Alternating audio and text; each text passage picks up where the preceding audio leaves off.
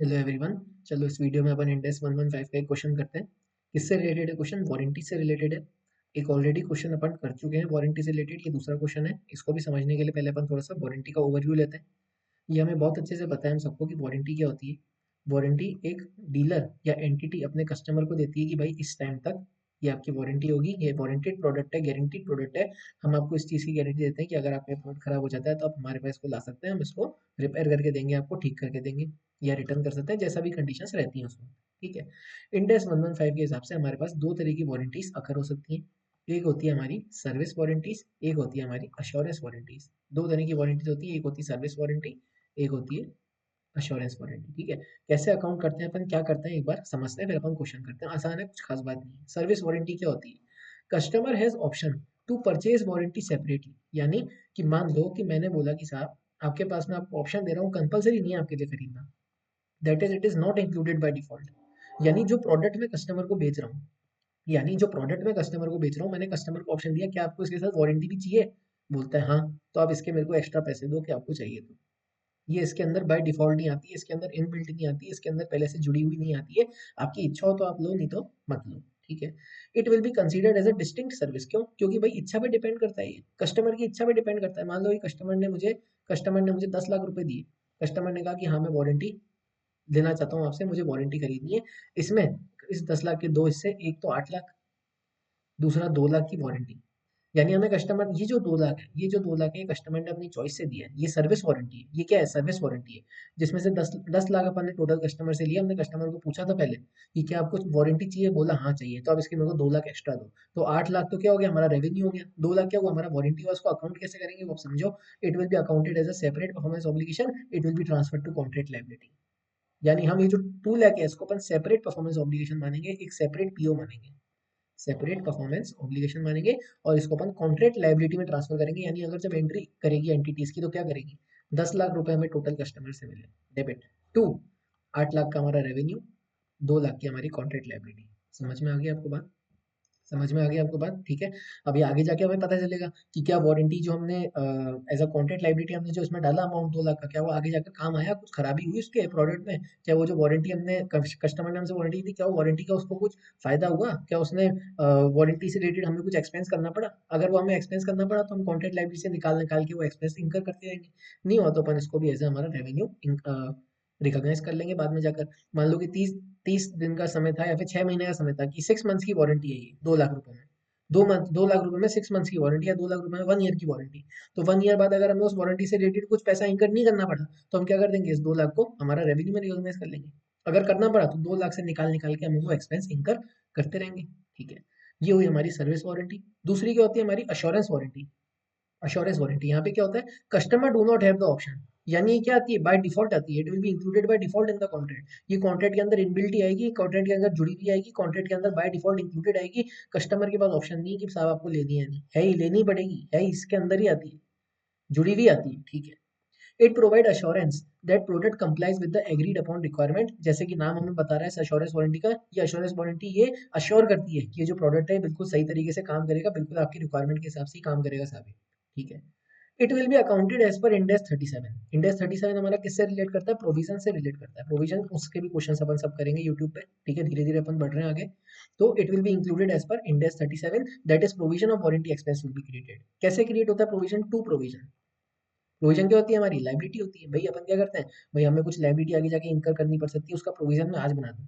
तो provision is a liability, provision for warranty. Debit warranty expense, warranty expense to provision for warranty. हम क्या कर देंगे, इसकी एंट्री कर देंगे। यानी जो हमारी अश्योरेंस वारंटी है उसको अपन एज अ प्रोविजन क्रिएट करेंगे कि ये इस प्रोविजन से अपन अमाउंट निकाल निकाल के उसके हम एक्सपेंस में डालते रहेंगे। अगर ये अश्योरेंस वारंटी हमें इस वारंटी से रिलेटेड हमें अगर कुछ एक्सपेंस इंकर करना पड़ सकता है तो किसको, एंटिटी को। भाई कस्टमर का प्रोडक्ट खराब हो गया, अब कहाँ से रिपेयर करूँ मैं उसको, तो ये जो प्रोविजन बना है उसमें से पैसा निकाल दो, ऐसा।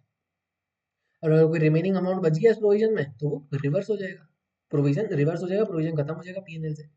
समझ में आ गई आपको बात? बिल्कुल अच्छे से समझ में आ गया अपने को। यानी अपन ने क्या समझा कुल मिला के, कि जो हमारी सर्विस वारंटी होती है, जो हमारी सर्विस वारंटी होती है, हमारी सर्विस वारंटी, इसमें क्या होता है, हमारे पास ऑप्शन होता है कस्टमर के पास। एक सेकंड, कस्टमर के पास ऑप्शन होता है। इसको अपन सेपरेट परफॉर्मेंस ऑब्लिगेशन की तरह ट्रीट करते हैं और इसको अपन एज अ कॉन्ट्रैक्ट लायबिलिटी दिखाते हैं। जो हमारी अश्योरेंस वारंटी होती है, जो हमारी अश्योरेंस वारंटी होती है, ये इनबिल्ट आती है, बाय डिफॉल्ट आती है, इंक्लूडेड आती है। इसको हम कहाँ दिखाते हैं? As per index 37, as per index 37 हम इसका प्रोविजन क्रिएट कर देते हैं। चलो अपन अब क्वेश्चन पे चलते हैं।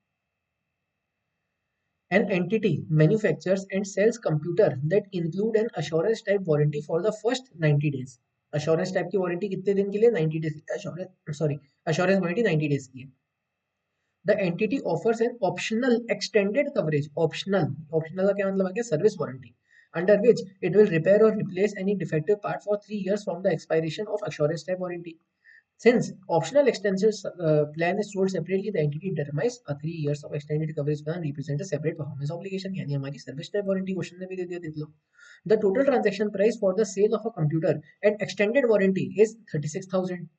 टोटल ट्रांजेक्शन प्राइस कितना है हमारा? 37 है। इसके अंदर एक्सटेंडेड वारंटी शामिल है। The entity determines that the stand alone selling price of the computer and the extended warranty is 32,000 and 4,000। यानी जो 36,000 है, ये जो 36,000 का हमें टोटल रेवेन्यू मिला, इसमें से 32,000 का रेवेन्यू हमारा मतलब नॉर्मल रेवेन्यू है, और जो है 4,000 मिला वो क्या है? हमारी सर्विस वारंटी। यानी 4,000 कहाँ जाएगा? कॉन्ट्रैक्ट लायबिलिटी में जाएगा। ठीक है। The inventory value of the computer is rupees 14,400। ये इसलिए दिया है कि जिससे अपन अपन कंप्यूटर बेच रहे हैं, यानी हमारा कंप्यूटर जा रहा है, हमारी इन्वेंट्री जा रही है, तो अपन इसकी इन्वेंट्री की एंट्री कर पाए बस कॉस्ट ऑफ गुड्स सोल्ड की, भाई हमने ये स्टॉक निकाल करके बेच दिया, इस पर्पज से इसकी एंट्री करी जाएगी। ठीक है, और इसका कोई काम नहीं है। Furthermore the entity estimate that based on its experience it will incur rupees 2,000 in cost to repair defect that arise within 90 days. Within 90 days यानी ये वाली कौन सा अमाउंट है? ये कौन सा अमाउंट है? ये हमारी अश्योरेंस वारंटी का अमाउंट है। देखो, अश्योरेंस वारंटी दे रही है फर्स्ट 90 डेज तक, उसके बाद है ऑप्शनल एक्सटेंडेड कवरेज। तो यानी जो optional extended coverage service warranty तो 90 डेज के बाद वाली है, उसका अमाउंट तो 4,000 हमें पता चल गया, लेकिन ये जो 90 डेज वाली अश्योरेंस वारंटी उसका अमाउंट क्या है? 2,000 रुपीज है। ये भी अपने को क्वेश्चन में दे दिया। सिंपल, अब अपने को एंट्रीज करनी है, कर लेते हैं, कौन सी बड़ी बात है। चलो आ जाओ, कर लेते हैं। ये अपन ने आ गए एंट्री पे। Entity will include the service type warranty in the contract liability for 90 days and 2,000 as assurance type warranty as per Ind AS 37। Simple सी बात, बिल्कुल ठीक है। हमें कैश टोटल कितना मिला? 36,000 का मिला। उसमें से रेवेन्यू कितना है? 32,000 का है। कॉन्ट्रैक्ट लायबिलिटी यानी हमारी सर्विस वारंटी, सर्विस वारंटी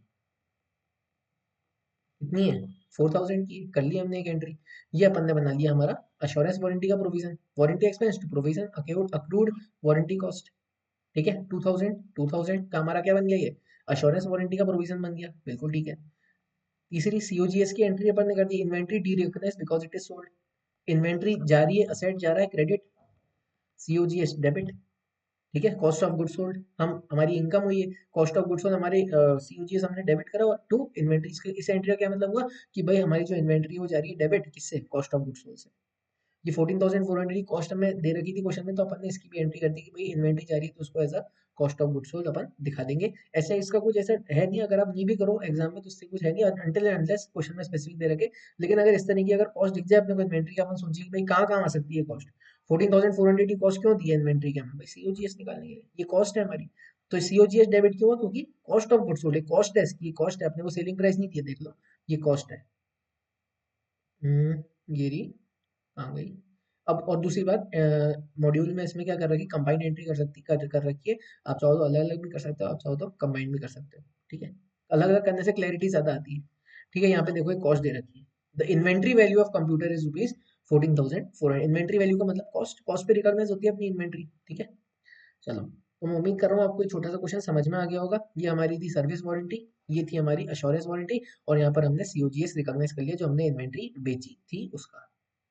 ठीक है, तो मैं उम्मीद कर रहा हूँ आपको क्वेश्चन अच्छे से समझ में आ गया होगा। पीडीएफ आपको टेलीग्राम चैनल से मिल जाएगी, ये वाली ज्वाइन कर लीजिएगा उसको। सारी पीडीएफ में वहीं डाल रहा हूँ, और यूट्यूब चैनल को आप सब्सक्राइब कर लीजिएगा। आपको अच्छा लग रहा है तो सपोर्ट कीजिएगा। Thank you so much.